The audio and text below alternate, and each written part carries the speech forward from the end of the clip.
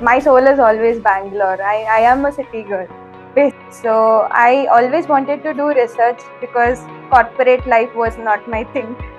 And make sure you can step by step you can go and you can make your world much more greener than A very compassionate nature lover, her current work encompasses the impact of climate changes with respect to the socio-economic status of fishermen along the coastal areas of Karnataka state in India. She has also done her studies on the mangroves and estuarine habitats and how they are closely related to the lives of fishermen or farmers adjacent to these ecosystems. A profound advocate of natural conservation, Ms. Harshitha Ramamurthy is our guest for the day. Welcome, Harshitha, to Only Green. Hi. I'm so glad that I could make it to this. Hello. Yeah. Before we move into the observations from your studies, can we just have a brief about yourself and also how you got fascinated by this topic, natural conservation? So I am basically from a very buzzing city, Bangalore. That is, I my soul is always Bangalore. I am a city girl, basically. So I Okay. just started a career in life science, having in my mind that I would get a stable job and I would do something, as well as I had this notion. And as far as as I was going through my studies and all, I was reading, I was listening to people talk about conservation as a very textual subject. I did not have any essence on it.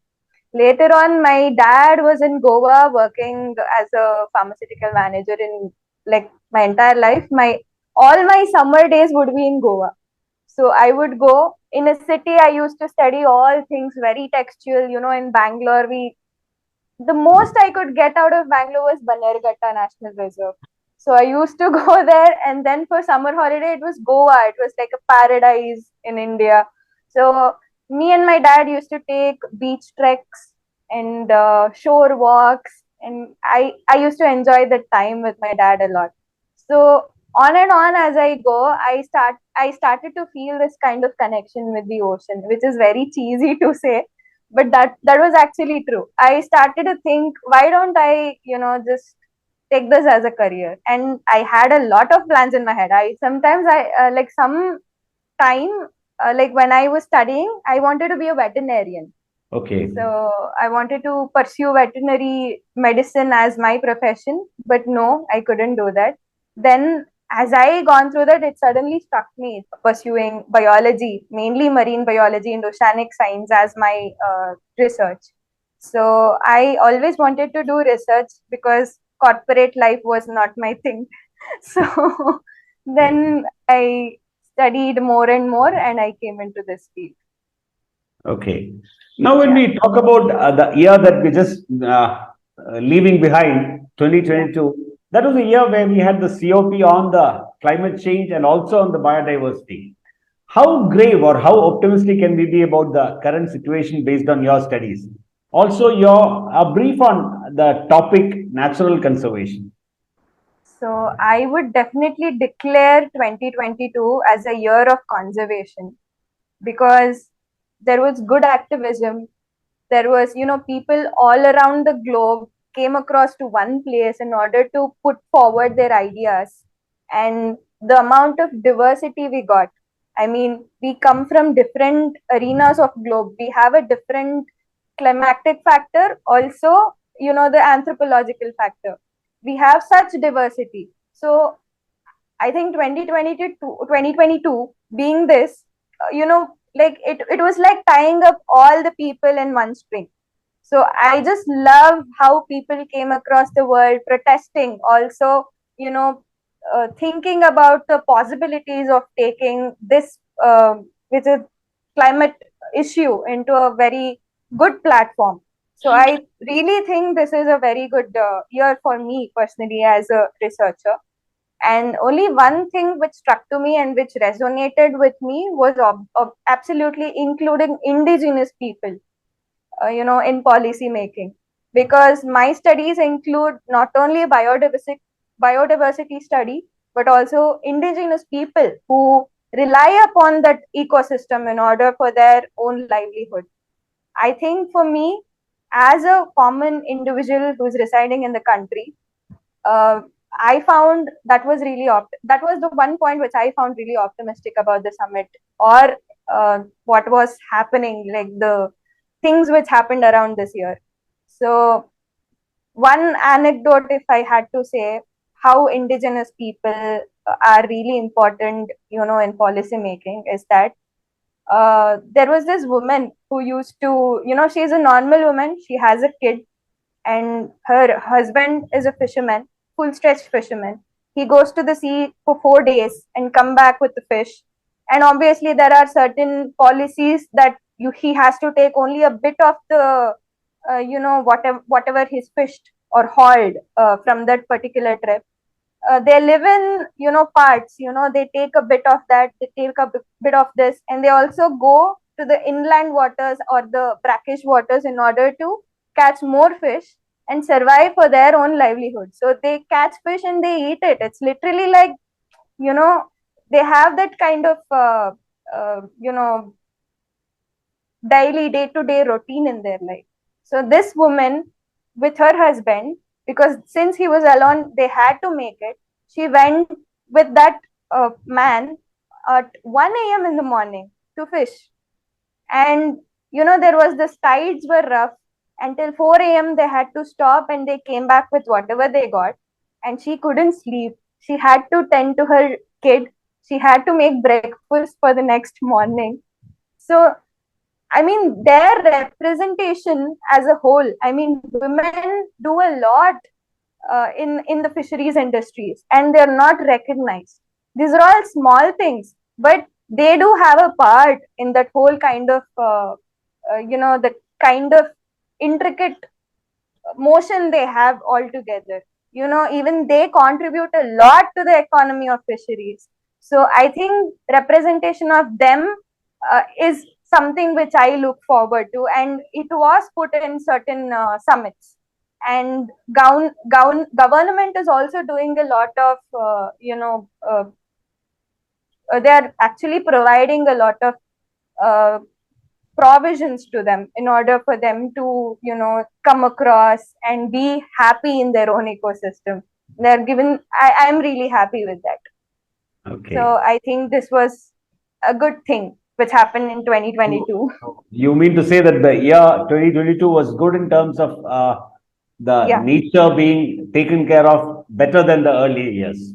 Yes, yes. Okay. So that was one thing which resonated with me. Okay.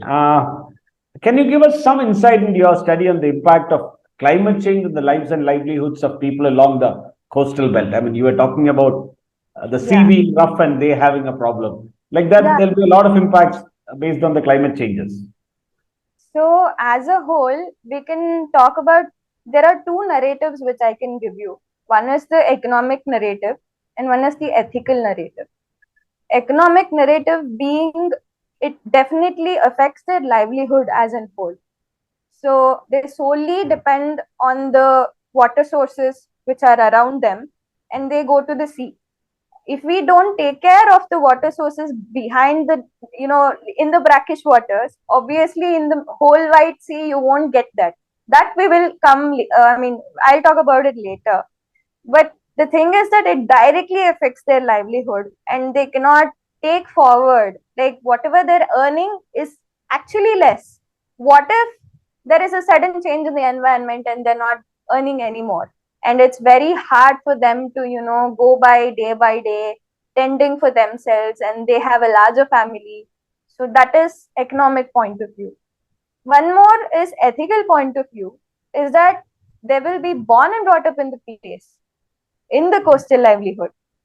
Of course, they can go for, alternate works or alternate resources, but they have been doing their entire life. Even their forefathers, their ancestors did that. They taught them to fish, or they taught them this particular agricultural method in order to, tend for themselves. There will be a huge, menace in that, because they don't know anything else to do. So maybe they can learn, but obviously there's a period of learning, and they will be affected economically, and also they'll break that bonding with their, ecosystem. Okay. That is one kind of the study which I'm doing, and it's really heartbreaking for them to leave the place and migrate to another in order for other work. So these are the changes which we are seeing day by day. I mean, I can only talk in context with Karnataka, since I mean, many people across the coastal areas will agree with me, as the similar studies which they are doing as I am. So I think these are the two factors which are mainly, I mean, I am mainly interested in and invested in order to just make it right. Okay. See, I mean, connected to that is another topic which you had taken a very active interest, like mangroves. Yeah. They are the main absorbents of carbon from the atmosphere. You've done your studies on mangroves and how it is connected to fishing and agriculture. Some light on that. So mangroves are tidal forests, and they came into this spotlight after a very long time, probably after 2010s, because they always played a crucial role in the ecosystem, I mean health of the ocean, because mangroves, they are nurseries of fishes which are found in the ocean. Fishes migrate from a longer distance to come to these area, and they find a suitable shallow area without any rifts, without any tidal commotion, in order to lay their eggs, and they go back again. So that is not an easy job for them. It's like they take a lot of effort, they give and they go. But once the mangroves are destructed, they are gone. I mean, we will not see many a number of fishes which can be migrated again. So there will be a depletion in fish number. And basically, mangroves are your uh, barriers, or what you can say is that they protect you from the surges or the tides. And if you destroy them, obviously you have seen enormous amounts of tides in past 5 years. So this is because of this. Because if you don't have a barrier, if you construct a economical site or any of the construction over there, obviously you'll be replacing that natural barrier with a artificial and not so reliable one. So obviously the tide increases, and one of the factor is climate change as well. So they're all interconnected. This hosh posh of all this. That is why mangroves are really important. And there are a lot of restoration work which has been done, and I was a part of a restoration team like before this research which I took. And selecting a natural habitat for a particular mangrove species is really important, and it's not done haphazardly. Okay, we're going to restore a mangrove, we're going to take one species and we're going to plant it. No, it doesn't work like that. We need to see whether the species is really sustainable in that environment, and we need to do a lot of research before we take into that factor. And we need to provide the fishermen with alternate means of survival. Like, what if they're solely dependent on the waters and they're not getting any means over there? Obviously we need to provide them with another factor. And it's like we have introduced beekeeping, we have introduced all the kind of fishery manners like cage fisheries. So they are quite fine now. I mean, particularly talking about this situation right now, they're doing a lot more fine by introducing all these alternate methods of fisheries. So that is one thing. So mangroves are really important in this manner, I not mean, only for uh, livelihood mean, but for the as a barrier. okay, and it has to be native plants being planted Yes, in one yes, particular in area. the particular field. Okay, interesting. I mean, so now I mean, you were also in my intro. I had mentioned that you are also trying to address the role of governments in mitigating the climate change and what all plans and processes should be in place to implement the recommendations of COP. I mean, what in your mind is the role of the government in handling this? Just inclusion of everyone. I mean, I would like to say that, they do not, I mean, we call it a micro habitat study here. So every environment is different. Not one policy can be subjected to everywhere. So that is one thing they have to keep it in their mind. Like producing or implementing a micro, policy, or the micro committee which can make a policy for a certain habitat would be appreciated, according to me, because we see a lot of diversity across the coast. It's not like one particular habitat is just like, if you take Karnataka, Uttar Kannada is a part of our coastal system, and Dakshina Kannada. We have a lot of diversity in these two places, which are just what, miles away. So I would like to say that we need to look into the anthropological factor. We need to take considerate of the ecological factor, and then produce a committee, like from sector to sector, and then just produce the sort of policy they do. I mean, I am not a policy maker. I'm not into that. It's like, but that would be my suggestion to the government. What you're trying to say is, I mean, based on every location, there should be a people participation also in the Yes. government Yes, lobby. because they would be knowing much more than what we do as a scientist, which as a researcher or a scientist, or the advocacy committee or the government committee in there. But each location should have each and everyone in order to come to a conclusion, on what can be done or what can be implemented in the certain area. It has to So be a localized policy, localized. localized policy, yes. Now, I mean, coming to my last point, I mean, as individuals, how do you think we all can contribute to this in terms of taking care of the social impact, taking care of the livelihood of the economic impact, taking care of the what do you call policy making impact, all these things, and to make this world a better place, a greener place? What do you think is the role of individuals? I think this is an age old wisdom which our mothers told us. Start from your room. Okay. It's like, check on your wastes, like how much you consume, how much you spend, and how much you look forward to, make your place greener or quite, sustainable in this sense. So in that manner, you can think about a larger sector, like in a larger manner. So start from your own room, make yourself sure that some people shop a lot. I'm not against the people who shop a lot, but make sure it's economically there. And sustainable fashion is a thing right now. It's like, so for a longer stretch, if you take one, I mean, if you buy one shirt, it could be fine. So make and close, don't shop haphazardly, don't consume a lot of things which you don't want, don't buy a things that you don't want. Like, start that notion in your head, and make sure you can, step by step, you can go, and you can make your world much more greener than you think. So that is my suggestion.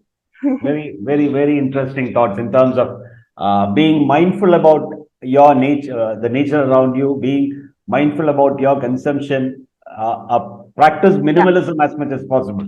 exactly. So that is one thing I would like to say here. Okay. Thank you. Thanks a lot, Harshida. It's been great talking to you. I mean, Thank you. Thank you for having me. okay, at this age, I mean, your thoughts, your focus is very clear. Wishing you all the very best. Do Thank well. Looking forward. thank you so much.